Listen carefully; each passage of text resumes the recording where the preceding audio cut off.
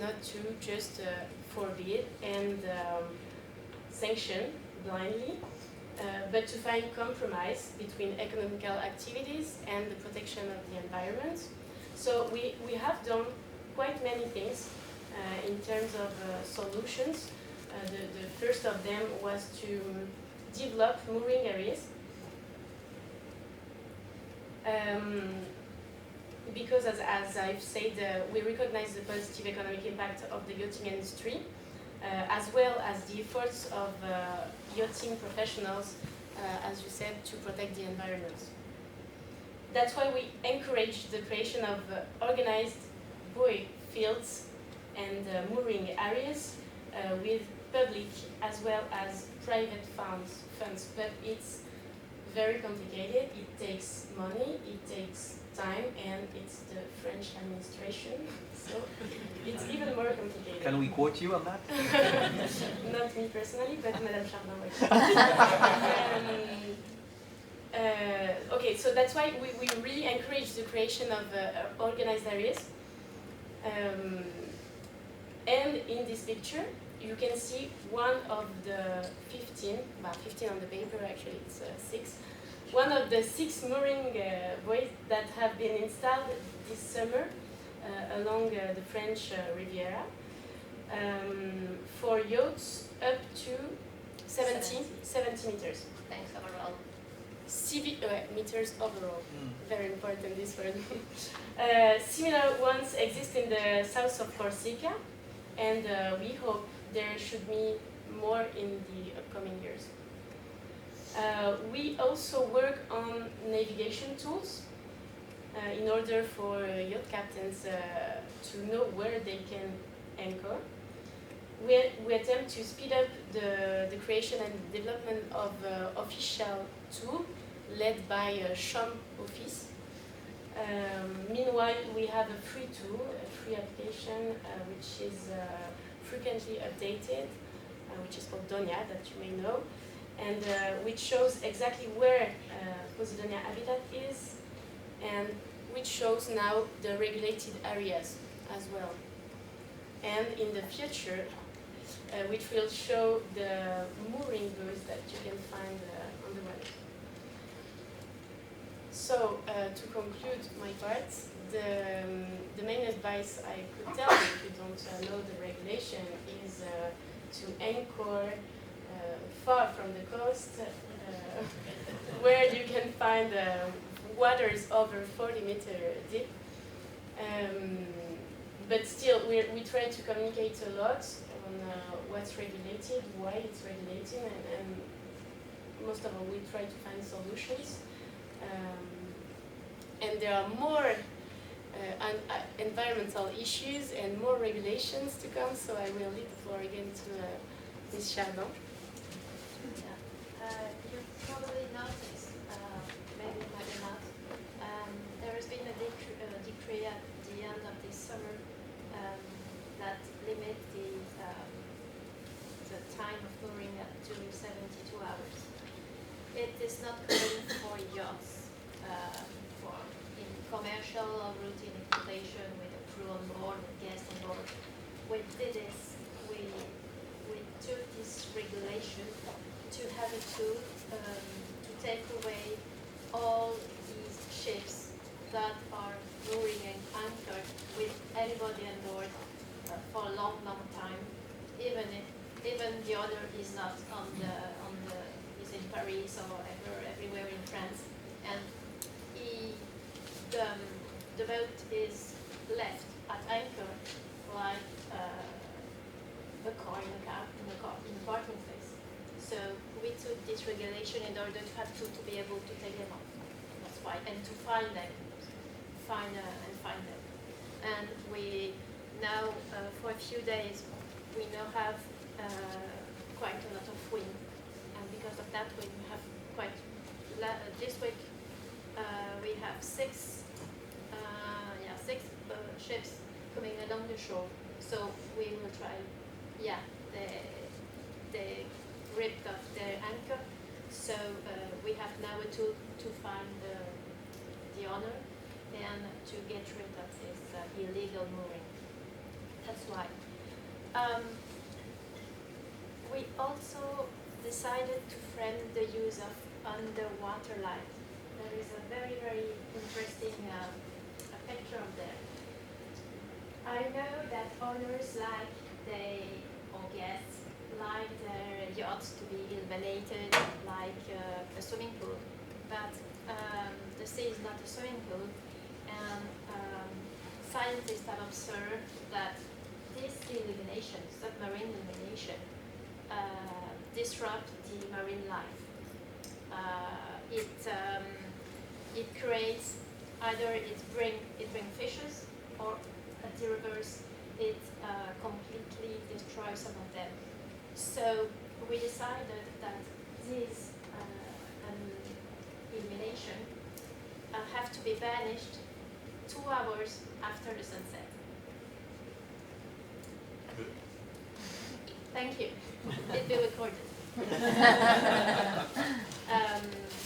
Well, I know it's some guests or some owners want that, but we have to take this into account. In a port, you can have your lights because you are not under the Maritime Prefecture authority, but at sea, it's only 2 hours after the sunset. And also, I just want to highlight the last point. It's about the protection of marine mammals. You know that in the Mediterranean, we've got quite a lot of marine mammals, and it's an area they are gathering, especially in the summer, from June to August. And in Monaco, and also in Italy, and in part of France up to Toulon, there is a special sanctuary, you must know about it. It's the Pelagos Sanctuary, and it's aimed at protecting those mammals. It's about 90,000 square kilometers. It's a protection, and as a member of this agreement, France has set up a specific regulation of the Mediterranean coast. You can approach the mammals. You can admire them as long as you are not approaching them too quickly and coming too close or making too much noise. And also the swim wet, it's now forbidden. The swim wet mammal. I know that there are companies that offers a unique experience with swimming with mammals. It is forbidden, and it's also forbidden to approach the mammal less than 100 meters. And we decided to apply these rules all over the Mediterranean coast, so that somebody that is taking his boat or having a unique experience with seeing a mammal will have the same regulation in Monaco, in Italy, and all over the French coast. It is forbidden to approach them less than 100 meters. That's all. Okay. Thank you, Emily. Before I give you the floor, one thing I'd like to say is the first time, when I heard of the first regulation, the arrêté on the Posidonia, I quickly sent an email to all the PYA members saying, be careful, be careful. And I got a lot of emails back saying, Christophe, we know what Posidonia is. We don't want to destroy it. This is what, this is where we live with our yacht. So, the industry is very well aware of that. Couple of questions. These two new regulations on the water lights and the mammals, have they been published? Are they just about to be? No, the water lights have been published since the summer 21. Okay. But we don't have, we didn't make much of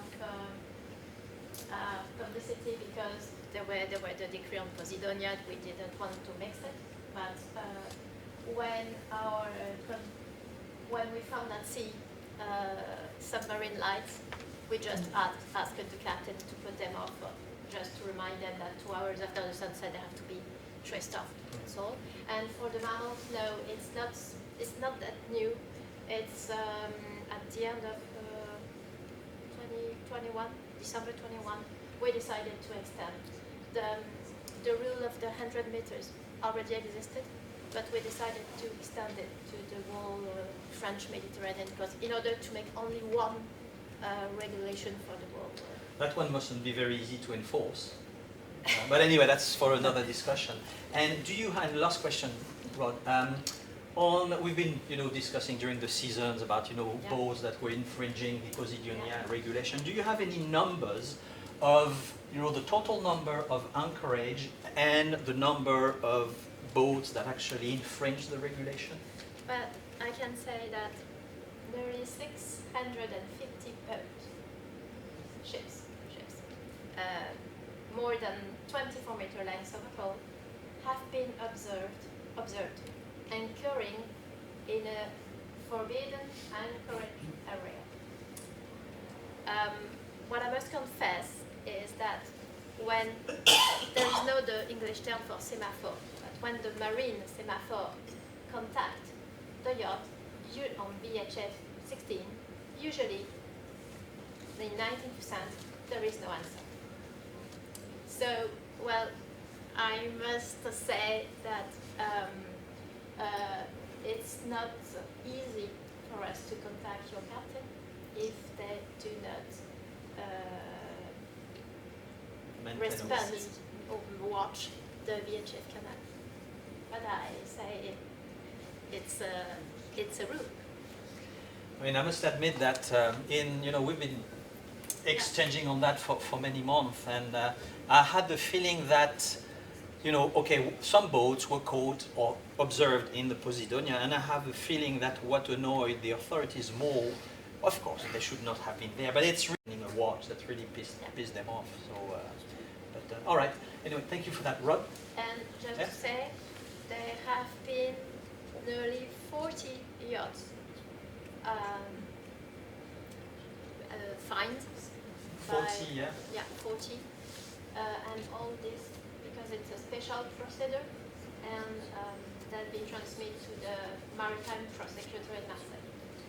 And I must admit that the PUA, it's we're going to have to do something about this, because there have been a number of yachts who've been boarded by customs or by the Gendarmerie Maritime and who've been handed summons to appear in court in French. Most of our yacht captains don't speak French, so they just email me the thing and, Christophe, what can I do? I mean, I'm not going to go to jail. So, so I usually try to talk to our friends from the authorities, but it's something that we really need to, raise awareness, and it's something that we are taking seriously anyway. But anyway.